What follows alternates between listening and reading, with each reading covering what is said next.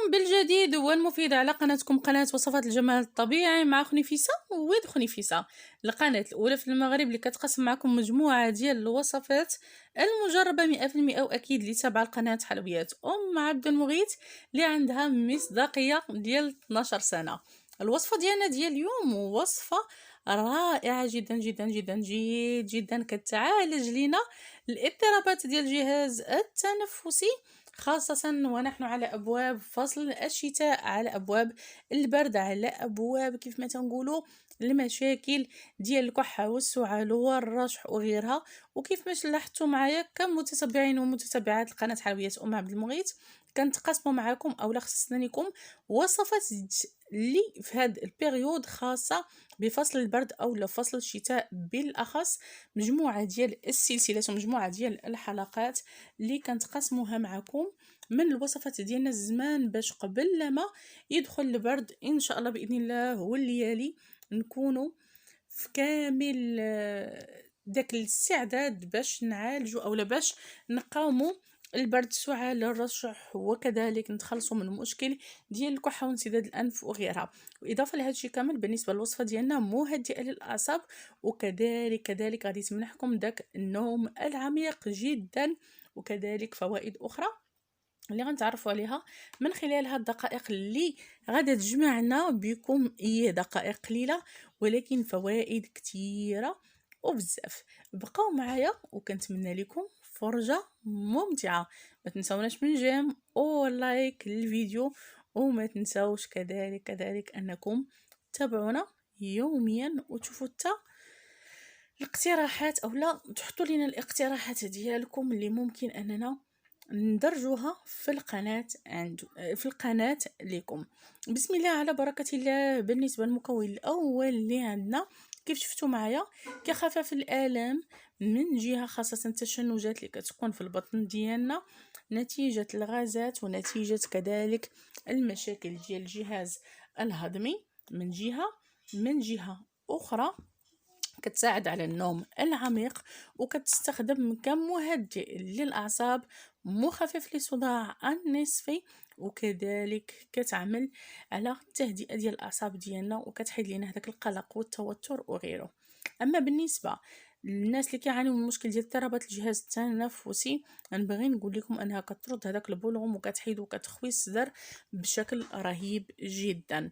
الا كنتي كتعاني من مشكل ديال التعب، الارهاق والاجهاد، غنقول لك بانها مقويه للقلب وكتحافظ على الصحه ديالو وكتسيطر على معدل الضربات اللي كتكون في القلب ديالنا وكذلك ضغط الدم. او مشى الفيديو دغيا دغيا دغيا دغيا وباقيين كاع ما كملنا الفوائد ديال المكون، ماشي مشكل، انا غادي نكملها معكم. هنا كيف شفتوا معايا غادي ناخذ واحد الكاسرونه اللي غادي نوضع فيها 4 ديال الحبات ديال هولز اولا اي فانيد اللي كتكون فيه البنه ديال فليو. غادي نضيف عليه كذلك 2 ديال الكيسان ديال الماء، وغادي نرجع المكون ديالي ونبغي نقول لكم بانه تيحتوي على البوتاسيوم والكالسيوم والحديد والزنك والمنغنيز. شنو هو هذا المكون؟ هو يانسيون الصيني.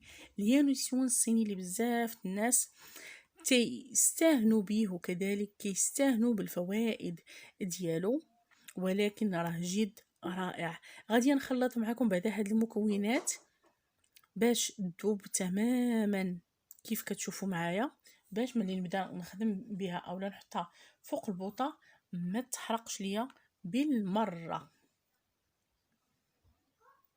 فوالا كيف كتشوفوا.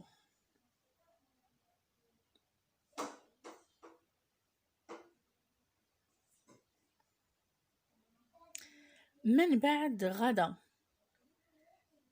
نضيف 2 ديال المعالق ديال الزنجبيل اولا سكينجبير، وغدا نضيف جهد 3 ديال الحبات من المكون ديالنا. ما نساوش بانه كيخفف لينا الشعور ديال الالم بالمفاصل والروماتيزم وكينشط لينا الدوره الدمويه بشكل رهيب. واكيد الحلقات القادمه ان شاء الله باذن الله غادي نتقسم معكم مواصفات اللي ممكن انكم تخلصوا من الام ديال الركبه الظهر وكذلك الالتهابات ديال المفاصل والبروده وغير ذلك. غادي نخلطوا هاد المكونات جيدا جيدا جيدا جيدا جيدا حتى تذوب تماما.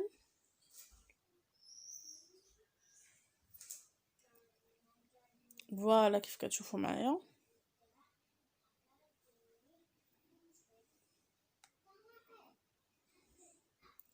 من بعد ما غادي تذوب هاد المكونات جيدا غادي نوضعها فوق البوطه ونخليها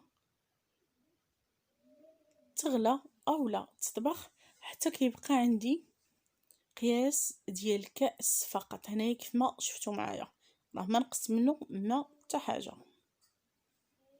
فوالا اكيد شفتوا شي حاجه اللي هي محطوطه في الوسط ديال الكاس اولا في الداخل ديال الكاس.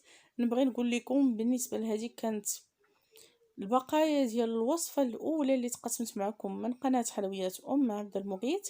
ما سخاتش عليا باش غادي نرميها ولوحه لانها مازال باقا كامله عامره فوائد. ضفت عليها هاد المكونات. واكيد بالنسبه للناس اللي ما شافوش الحلقه غنخلي لكم الرابط ديالها في صندوق الوصف وممكن انه تابعوها معنا. سينو ما كانش ديال اعتمدوا غير على هاد الوصفه اللي حطينا هنايا لكم في القناه ديال وصفات الجمال الطبيعي مع خنيفسه ويد خنيفسه. ما نساوش كذلك بان العشبه ديالنا تتنفع بزاف في الحالات ديال المشاكل الهضميه بحال القيء الاسهال الغثيان المغص وكطرد لينا الغازات وكتخلصكم كذلك حتى من مشكل ديال انتفاخ البطن والالتهابات ديال المعده اللي كيعانيو منها بزاف ديال الناس. هنا كيف شفتوا معايا ديال حطيت هذاك الكاس درت عليه واحد الطبيسيل وخليته جانبا حتى تيدير تماما حتى الطبسيل خليته جانبا. الكاس حطيت عليه الطبسيل وخليته وضعته جانبا. اما بالنسبه لهاد الوصفه اللي كتشوفوا معايا هاد الوصفه هي اللي درنا حتى هي ديال الخريف وحتى هي ديال الجو ملي تيكون بارد حتى هي تتنفع جد رائعه وكتنقي حتى الجهاز الهضمي. راها كاينه في قناه ميمتي العزيزه اللي ممكن انكم تشوفوها كذلك. ما نساوش انها تتنفعنا حتى بالنسبه للديدان المعويه او ما يسمى بالسينزا. كتنظف لينا المعده والقولون وكتقضي على هادوك الديدان المعويه. هذه كتعتبر كشراب او كتعتبر كأنتيبيوتيك طبيعي ماشي شراب انما انتيبيوتيك طبيعي لهاد المشاكل اللي تقدروا انكم تعانيوا منها سواء في الجهاز التنفسي او كذلك في الجهاز الهضمي ديالكم. هنا كيف شفتوا معايا انا حضرتها وغادي نخليها لهم جانبا.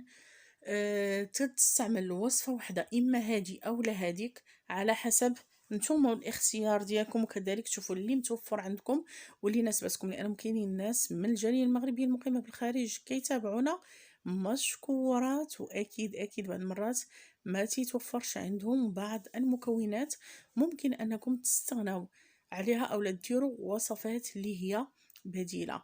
غادي نحطوا هاد اللعيبه ديالنا هنايا وغادي نرجعوا للمكون ديالنا اولا للوصفه ديالنا. كيف ما كتشوفوا من بعد ما خليتها على الاقل 12 ساعه في الثلاجه من بعد كناخذها كنعاود ندفيها نضيف عليها القليل من المسمار الى توفر عندكم. سينو الى ما توفرش عندكم ممكن انكم تصفيوها ومن بعد تدفيوها وتضيفوا عليها القليل من العسل ومن بعد يا لاله كتقومي بالشراب ديالها في الليل. ما تتشربيش معها الماء نهائيا وكتدفاي مزيان. ممكن كذلك انك تضيفي عليها القليل من الزنجبيل اللي تيكون طري راه رائع بالنسبة لهاد الوصفة. بالنسبة لهادي كديريها مدة ديال 7 أيام وكتوقفيها، راها تعطي نتيجة جد رائعة، وأنا متأكدة بأنها غتولي عندك معتمدة إن شاء الله بإذن الله طول مدة البرد والخريف وكذلك الأيام العادية، باش تنامي بالراحة وبالصحة. إلى اللقاء، شكرا خاص على المتابعة.